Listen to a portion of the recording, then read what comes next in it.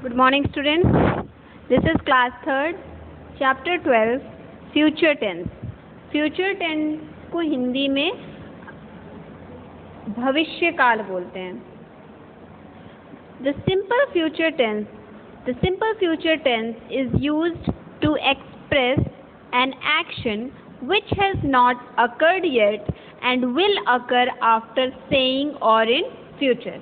मतलब future tense वो होता है, भविष्य काल का मतलब ये होता है कि कोई भी घटना जो अभी घटी नहीं है पर भविष्य में वो ऐसा हो सकता है, वो घटना घट सकती है भविष्य में. फ्यूचर टेंस का मतलब ये है कि कोई भी एक्शन अभी हुआ नहीं है बट एक्सपेक्ट किया जा रहा है कि that will happen in future. मतलब वो एक्शन फ्यूचर में कभी ना कभी हो सकता है. कंस्ट्रक्शन का मतलब इसके सेंटेंसेस हम किस तरीके से फॉर्म करते हैं. सो देखिए इसमें क्या होता है, इसका रूल होता है सबसे पहले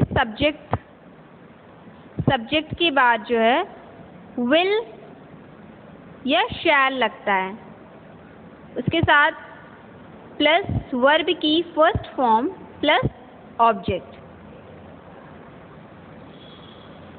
ये रूल होता है सिंपल फ्यूचर टेंस का. इसी पे सेंटेंसेस फॉर्म होते हैं. एंड ऑक्सिलरी वर्ब क्या है, विल और शैल को ऑक्सिलरी वर्ब भी बोलते हैं और हेल्पिंग वर्ब भी बोलते हैं. हेल्पिंग वर्ब का मतलब ये हुआ सहायक क्रिया. Is used in the sentence. The base form of verb is used as the main verb in a sentence. मतलब जो वर्ब के 3 फॉर्म्स होते हैं, इसमें कौन सी फॉर्म यूज होती है, वर्ब की फर्स्ट फॉर्म को ही बेस फॉर्म बोलते हैं. ठीक है. जैसे गो है तो गो का सेकेंड फॉर्म वेंट होता है, थर्ड फॉर्म गॉन होता है, तो इसमें कौन सी फॉर्म लगेगी, फर्स्ट फॉर्म लगेगी. ओके. जैसे I will go to market. यहाँ आई सब्जेक्ट हो गया, विल और शैल में से विल लग गया, वर्ब की फर्स्ट फॉर्म गो हो गया और ऑब्जेक्ट हो गया. ठीक है. तो इसी तरीके से सेंटेंस फॉर्म होता है. The base form of verb is used as the main verb in a sentence. Verb की बेस फॉर्म मतलब वर्ब की फर्स्ट फॉर्म यहाँ पे यूज होती है. To make a negative sentence. जब निगेटिव सेंटेंस हम फॉर्म करते हैं तो निगेटिव सेंटेंस में नॉट यूज होता है. ठीक है. Not is written after the auxiliary verb. मतलब विल और शैल के बाद नॉट का यूज होता है. I will not go to market. ठीक है. Is written after the auxiliary verb in a sentence. और इंट्रोगेटिव सेंटेंस कैसे बनता है, इंट्रोगेटिव सेंटेंस में जिस तरीके से सारे सेंटेंसेस फॉर्म होते हैं, मतलब ऑक्सिलरी वर्ब पहले लिखा जाता है, इसी तरीके से इसमें भी होगा. ठीक है. मतलब will I go to market, पहले ऑक्सिलरी वर्ब लग जाएगा, will I go to market. Okay. तो ये हो गए इसके कंस्ट्रक्शन. देखिए यहाँ पे सिंगुलर के केस में क्या होगा, आई यू वी दे. ठीक है. सब्जेक्ट ये होगा, आई के साथ भी शैल लगेगा, यू के साथ भी शैल लगेगा, वी के साथ भी शैल लगेगा, दे के साथ भी शैल लगेगा. I shall not speak, shall I speak. यहाँ पे क्या है, सब्जेक्ट के बाद ऑक्सिलरी वर्ब के साथ नॉट का यूज हुआ है. ठीक है. उसके बाद वर्ब आ गई. और यहाँ पे क्या हो गया, यहाँ ऑक्सिलरी वर्ब पहले आ गया फिर सब्जेक्ट आ गया. इसी तरीके से ही शी इट में क्या होगा कि he will speak, he will not speak. She के साथ भी विल लगेगा, he will not speak, will he speak. तो इस तरीके से इसका सेंटेंस का कंस्ट्रक्शन होता है. नाउ अब ये आप पैराग्राफ पढ़िए. इसमें इस बात का ध्यान रखना है कि जितने भी सेंटेंसेस हैं वो किसमें फ्रेम है, वो सिंपल फ्यूचर टेंस में है. ठीक है. सबके साथ वर्ब की फर्स्ट फॉर्म लगी है विल, और विल के साथ विल शैल के साथ वर्ब की फर्स्ट फॉर्म लगी है. देखिए दिस वीकेंड, इस हफ्ते Chloe is going to compete in a tennis tournament. Chloe जो है वो कहाँ पे जा रही है, वो एक टेनिस टूर्नामेंट होने जा रहा है, उसमें वो पार्टिसिपेट करने जा रही हैं. शी विल प्रैक्टिस हार्ड, वो बहुत मेहनत करेगी. ऑल वीक, पूरे हफ्ते वो बहुत मेहनत करेगी. Because she want to win the tournament, वो इसलिए मेहनत करेगी क्योंकि वो टूर्नामेंट जीतना चाहती है. द विनर विल रिसीव, जो विजेता होगा, जो विनर होगा, उसको कितने पैसे मिलेंगे. देखिए यहाँ पे सब फ्यूचर है. हाँ, विल रिसीव, उसको इतने पैसे मिलेंगे. विल रिसीव 10,000, उसको कितना मिलेगा विनर को 10,000।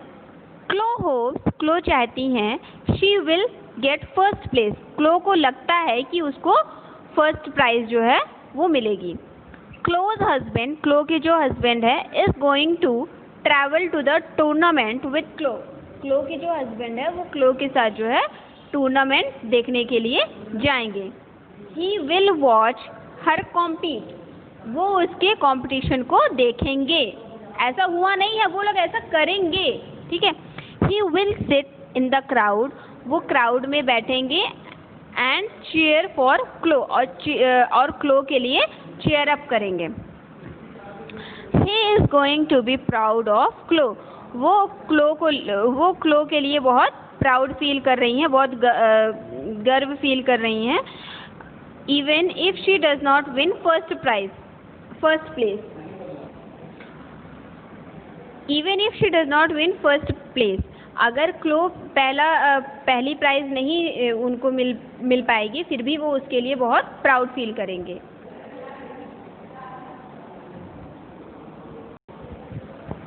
Close parents are not going to travel to the tournament, Chloe के जो पेरेंट्स हैं वो टूर्नामेंट देखने नहीं जाएंगे।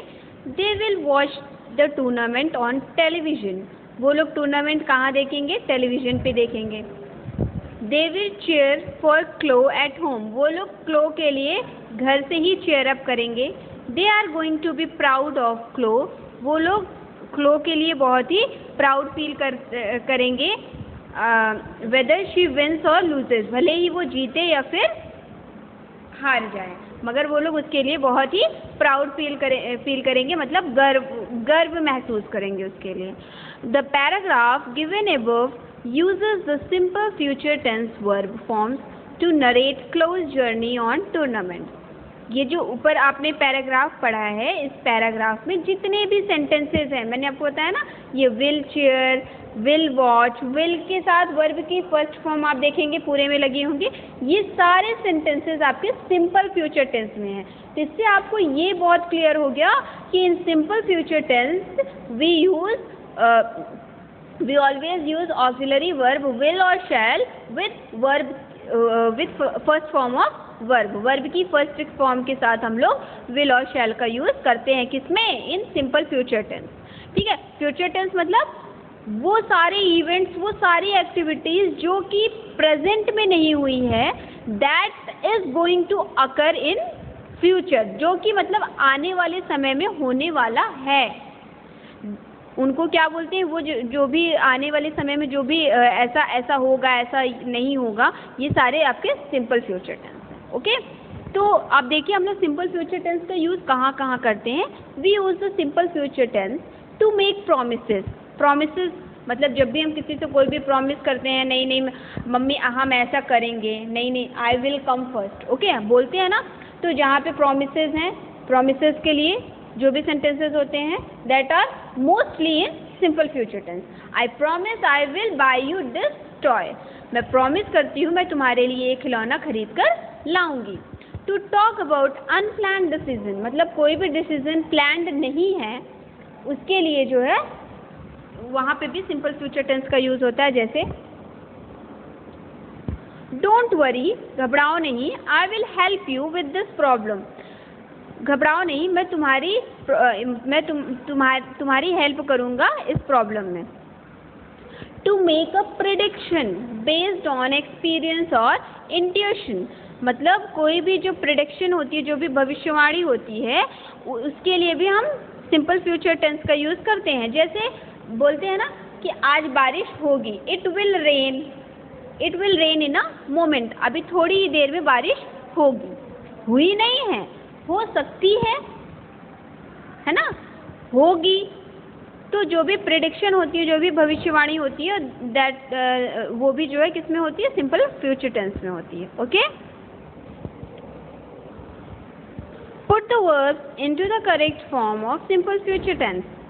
ईथन 18 years old, ईथन जो है 18 साल का लड़का है, asked an ugly fortune teller मतलब जो आपके किस्मत के बारे में सब कुछ आपको बताएं, about his future, here is what she told him. उसने किसी पंडित से या किसी भी फॉर्च्यून टेलर, मतलब जो भविष्यवाणी करते हैं, उनसे उसने अपना हाथ दिखाया और अपने फ्यूचर के बारे में पूछा, तो उन्होंने क्या बताया।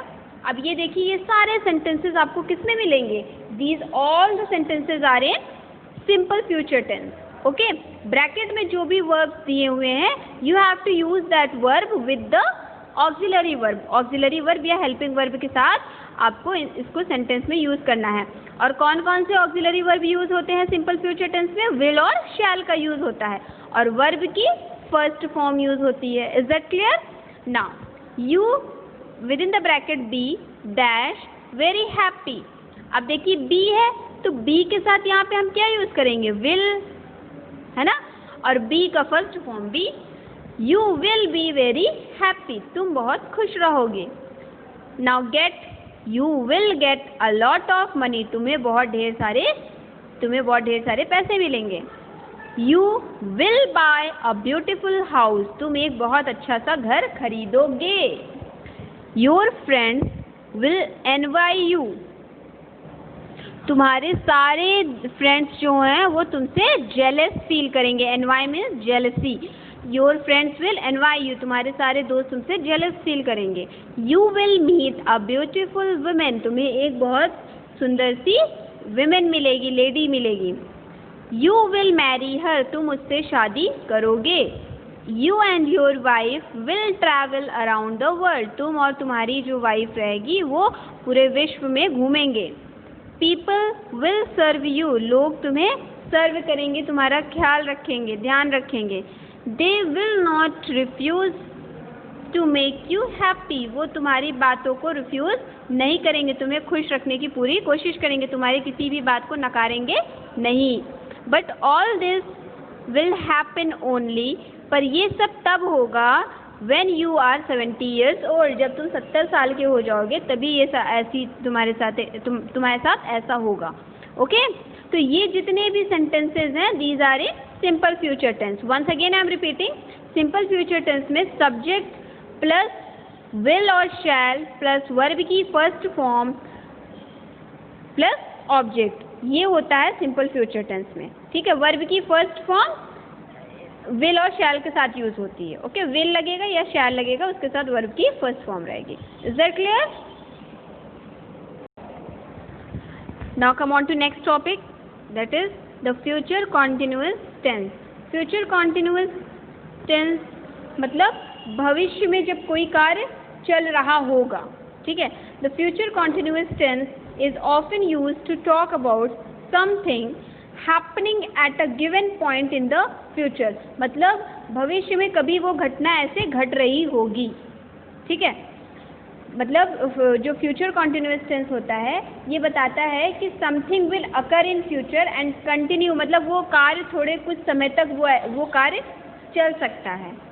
अब इसका जो कंस्ट्रक्शन होता है, इसमें जो सेंटेंसेस बनते हैं उसके रूल देखिए। इसमें क्या होता है, सबसे पहले सब्जेक्ट के साथ विल बी,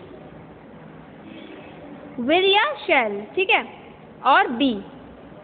ठीक है, मतलब ये विल भी हो सकता है या शैल भी लगेगा, विल के साथ भी बी लगेगा और शैल के साथ भी बी लगेगा।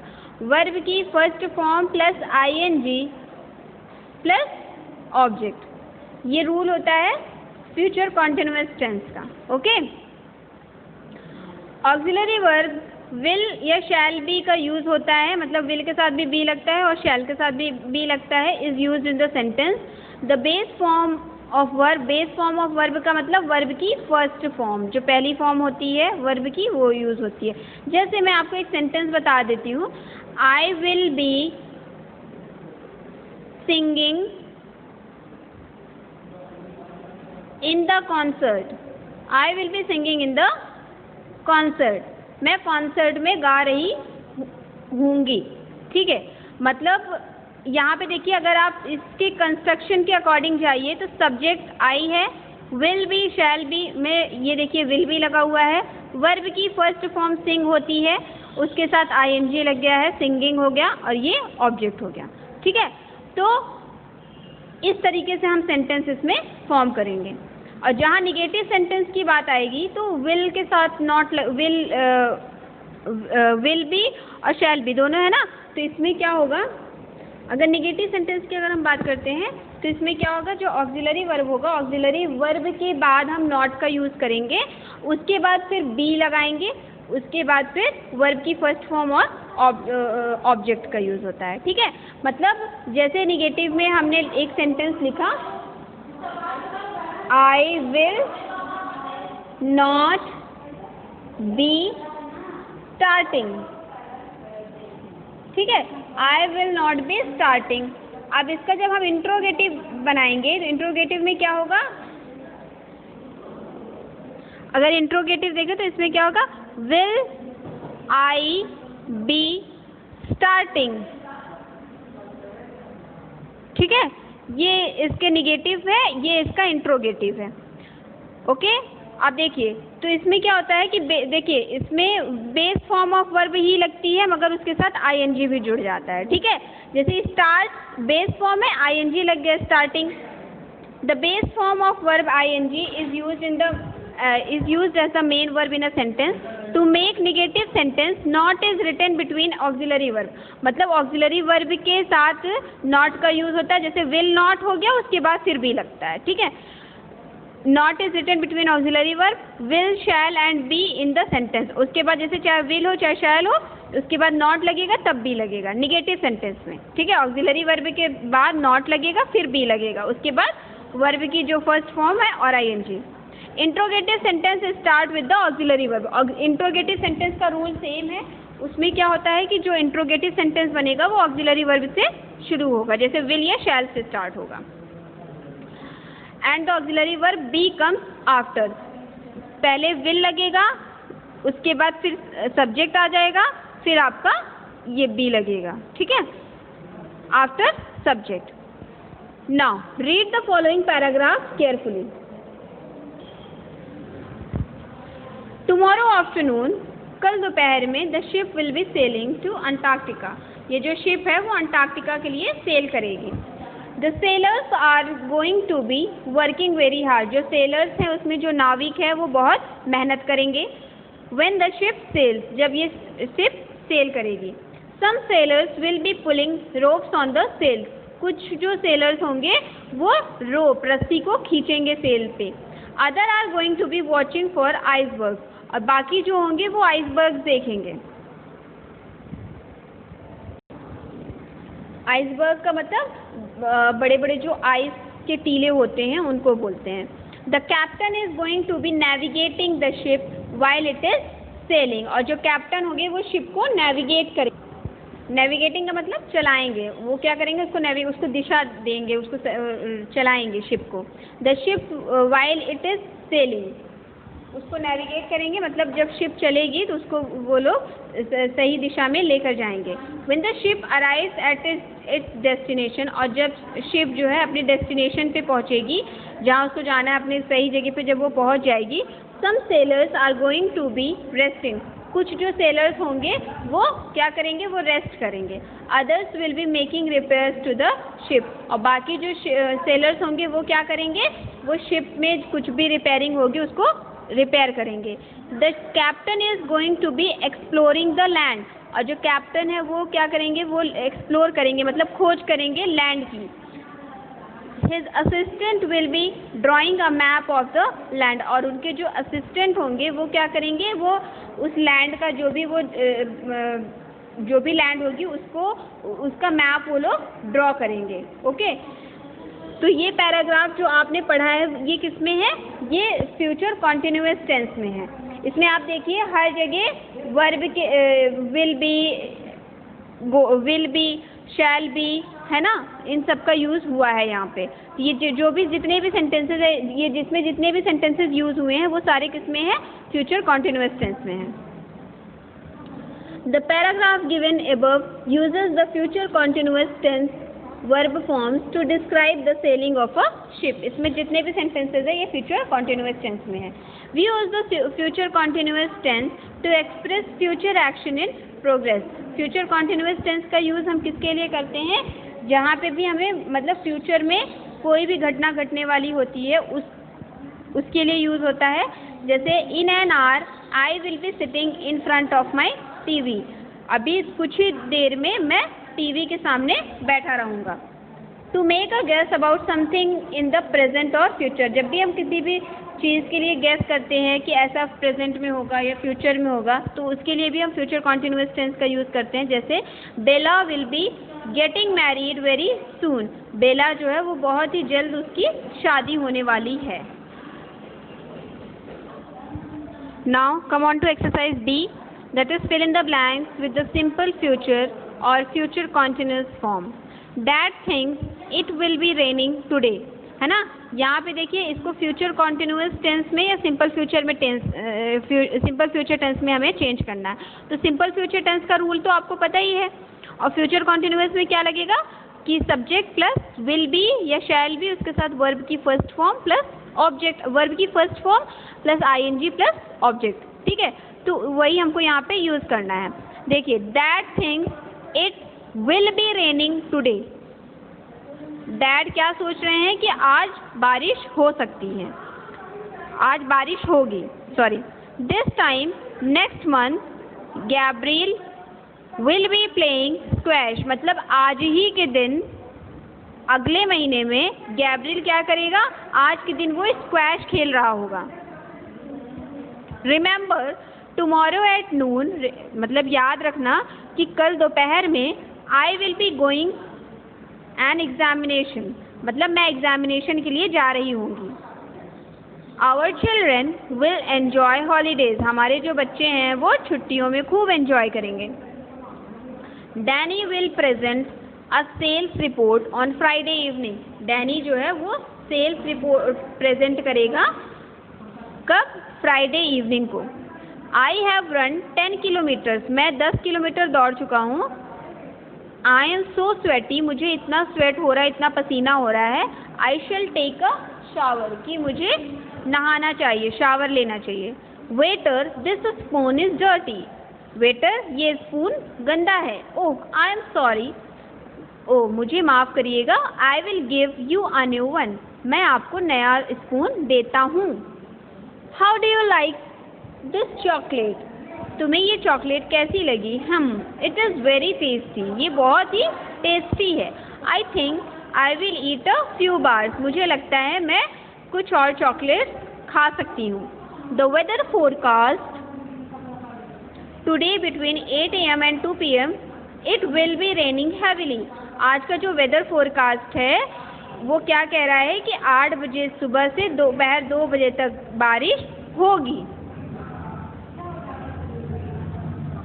टुमारो एट 6 AM, कल 6 बजे my husband will be bathing in the bathroom, मेरे जो हस्बैंड हैं वो कल 6 बजे बाथरूम में नहा रहे होंगे। Now change the following sentences in future continuous tense, ये जो सेंटेंसेज है इनको आपको फ्यूचर कॉन्टिन्यूअस टेंस में चेंज करना है। The child plays in the garden, है ना, ये देखिए the child plays in the garden, अब इसको हमें किस में चेंज करना है, फ्यूचर कॉन्टिन्यूअस में। तो इसमें हमें क्या लगाना है, ये प्ले का प्लेइंग हो जाएगा, इसके साथ विल बी या शैल बी लगेगा। तो सेंटेंस क्या हो जाएगा आपका, the child will be playing in the garden. James is sleeping, James यहाँ पे इज हटा देना है, हमें क्या करना है, विल बी लगा देना है। James will be sleeping under the tree. The cows were grazing in the field, the cows will be grazing in the field. The dog barked at the stranger, the dog will be barking at the stranger. So student, now this chapter 12 is over. I hope आप सब लोगों को समझ में आया है। ये जितनी भी एक्सरसाइजेज इसमें हैं आप इसे बुक में कंप्लीट करके बुक को चेक करने के लिए भेजिएगा। Okay, thank you.